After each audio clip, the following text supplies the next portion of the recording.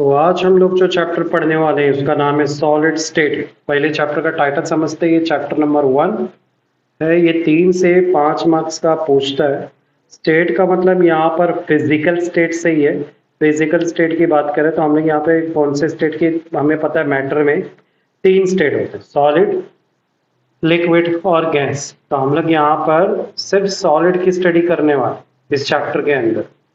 और मैटर का मतलब तो हम लोग जानते ही हैं, एनीथिंग विच, जिसके अंदर स्पेस हो और जिसका मास हो। तो चलो सॉलिड के बारे में पढ़ते हैं। सबसे पहले देखेंगे इसका इंट्रोडक्शन।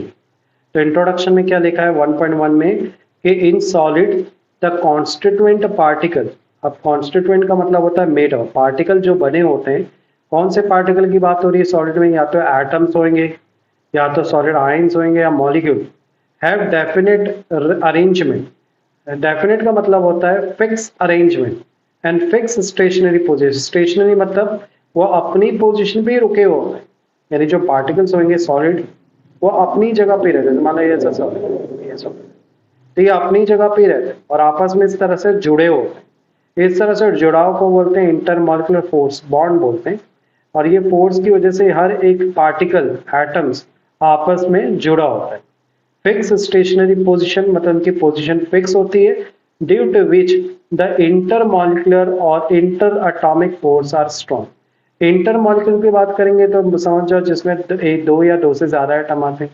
जैसे एग्जांपल है अपने पास आइस है H2। तो अगर एक H2O आइस दूसरे H2O के साथ जुड़ा है तो इस तरह से जो बॉन्ड बन रहा है, वैसे तो ऐसे बॉन्ड बनेगा हाइड्रोजन का ऑक्सीजन से, इसे इंटरमॉलिक्यूलर बोलते हैं। ठीक है, दो डिफरेंट मॉलिक्यूल का आपस में फोर्स करके बॉन्ड बनाना। इंटर एटॉमिक का मतलब क्या होता है? तो हम लोग को सिर्फ वाटर में ही जाना पड़ेगा। फिर से H2O लिखता हूँ। ये H2O को मैं ऐसा भी लिख सकता हूँ ना, HOH। तो ऑक्सीजन का आपस में, H2O का आपस में जो बॉन्डिंग है, फोर्स ऑफ अट्रैक्शन है, उसको क्या बोलते हैं? इसको बोलते हैं इंटर एटॉमिक फोर्स। और ये दोनों ही फोर्स सॉलिड के अंदर कैसी होती है? स्ट्रॉन्ग, यानी बहुत ही ज्यादा। Hence they have a definite shape. इसी वजह से इसका shape fix, density fix, volume, melting point और बॉइलिंग पॉइंट फिक्स होता है।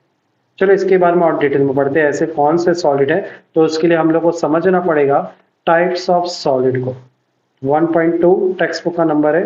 डिपेंडिंग ऑन द प्रेजेंस और अब्सेंस ऑफ ऑर्डर और अरेंजमेंट, जो पार्टिकल है, कॉन्स्टिट्यूएंट का मतलब हमें पता है, जो बने हुए पार्टिकल हैं वो क्लासिफाइड किए दो टाइप में। एक है क्रिस्टलाइन सॉलिड, दूसरा है अमॉर्फस सॉलिड। सबसे पहले हम लोग आएंगे क्रिस्टलाइन सॉलिड। तो देखते हैं क्रिस्टलाइन सॉलिड है क्या। ठीक है, तो क्रिस्टलाइन का को ग्रीक में स्टोन बोलते हैं। तो वो सॉलिड जो पत्थर की तरह स्ट्रांग हो, यानी रियल सॉलिड। तो मैं इसको रियल सॉलिड भी बोल सकता हूँ। अब चलो पहले डेफिनेशन देखते हैं। The constituent particle are arrange in a definite repeating pattern throughout the long range in solid. तो इनके अंदर जो सॉलिड पार्टिकल्स होते हैं वो एक फिक्स रिपीटिंग पैटर्न में अरेंज होते हैं। ठीक है, कैसे रहते हैं? इनके अंदर जो पार्टिकल बने हुए हैं सॉलिड, वो फिक्स रिपीटिंग पैटर्न, यानी हर एक दाना एक जैसा, हर एक पार्टिकल का शेप, हर एक पार्टिकल का साइज वो एक जैसा है और ये लगातार लॉन्ग रेंज में रिपीट हुए। जैसे हम लोग एक सोडियम क्लोराइड का दाना नहीं खाते, बहुत सारे सोडियम क्लोराइड है, पर जरा ऑब्जर्व करना हर एक दाना एक समान होता है। सेम एज इट डायमंड का शेप और पोटेशियम सल्फेट एग्जाम्पल। ठीक है, और डिटेल में इसके बारे में समझते हैं। तो नीचे पॉइंट्स लिखे हैं, ये इसी की कैरेक्टरिस्टिक प्रॉपर्टी है। ये एग्जाम में 2 मार्क्स के लिए इसका डिफरेंशिएट बहुत बार पूछता है कि डिस्टिंग्विश बिटवीन। चलो पहले क्रिस्टलाइन सॉलिड में property the intermolecular attraction. Attraction का मतलब होता है फोर्स आर स्ट्रॉन्ग। तो यानी इनमें इंटरमॉलिक्यूलर फोर्स स्ट्रॉन्ग होती है, मतलब हर एक पार्टिकल का आपस में, यहाँ पे पार्टिकल मॉलिक्यूल है, ठीक है, उनका एक दूसरे से जो अट्रैक्शन बहुत मजबूत होता है। ठीक है, इसलिए तो स्ट्रॉन्ग होते हैं solid. They have sharp melting point, जो कि हर एक शेप एक जैसा है, हर एक का फोर्स एक जैसा है, हर एक स्ट्रॉन्ग है। तो इनका मेल्टिंग पॉइंट, मतलब इनको अगर मेल्ट करना हो तो इनका मेल्टिंग पॉइंट फिक्स होता है। जैसे मान लो मेरे पास कॉपर है, तो इस कॉपर का जो भी मेल्टिंग पॉइंट है मान लो 100 डिग्री सेल्सियस, तो ये 100 डिग्री सेल्सियस पे ही मेल्ट होगा। ये एग्जांपल दे रहा हूँ, जैसे वाटर ले लो, वाटर का बॉइलिंग पॉइंट 100 है, इसी तरह से। एग्जिबिट अनआइसोट्रॉपी, इसको शॉर्ट फॉर्म में डीडी से याद रखना। अनआइसोट्रॉपी का मतलब होता है ability of crystalline solid. Crystalline solid word बार बार आएगा, क्रिस्टलाइन वर्ड बार बार आएगा, मतलब सॉलिड ही होता है इसका मतलब।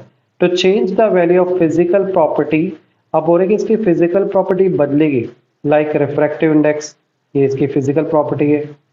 थर्मल कंडक्टेंस, यानी थर्मल का मतलब होता है हीट और कंडक्टेंस का मतलब होता है हीट का पास होना, और जो चीज़ में हीट पास होगी वो चीज़ खुद भी गर्म हो जाती है। इलेक्ट्रिकल कंडक्टेंस यानी इलेक्ट्रिसिटी का पास होना, यानी इसमें इलेक्ट्रिसिटी पास होगी when measure in different direction. मतलब बोलने का मतलब क्या है कि इसके अंदर फिजिकल प्रॉपर्टी डायरेक्शन के बेस पर बदलती है। इसको मैं एक एग्जांपल से समझाऊंगा डायमंड की, जो कि यहाँ लिखी हुई है कि अगर मैं किसी डायमंड को डिफरेंट लोकेशन से देखूं तो मैं मुझे वही चीज़ अलग अलग कलर में दिखाएगी, कहीं से ग्रीन, कहीं से ब्लू, कहीं से ग्रे, तो कहीं से रेड। यानी यहाँ पर मेरा वेवलेंथ, कलर किसको, चीज़ को रिप्रेजेंट करता है, वेवलेंथ को, यानी मेरा वेवलेंथ तो बदल रहा है ना, तो इसलिए बोलते हैं डिफरेंट डायरेक्शन डिफरेंट प्रॉपर्टी, इसलिए डीडी से लिखा है। यानी क्रिस्टलाइन सॉलिड अनआइसोट्रॉपिक की प्रॉपर्टी दिखाता है। अब आते हैं अमorphous सॉलिड में। आई होप ये पूरा पॉइंट क्लियर हो गया होगा। अब अगर कोई भी डाउट है तो नीचे कमेंट सेक्शन में लिखिए, तो मैं वो उसका वीडियो बना के आपको एक्सप्लेन कर दूंगा। Amorphous solid, a substance that appear to be solid, बोलने का मतलब क्या है कि वो दिखता सॉलिड है, यहाँ पे ऐसा लिख लो अगर डाउट है तो। वो दिखता तो सॉलिड है पर है नहीं। Do not have perfectly order, जो चीज सॉलिड रियल नहीं होती तो इनमें कोई भी ऑर्डर, जैसे अरेंजमेंट, ऑर्डर में नहीं होता।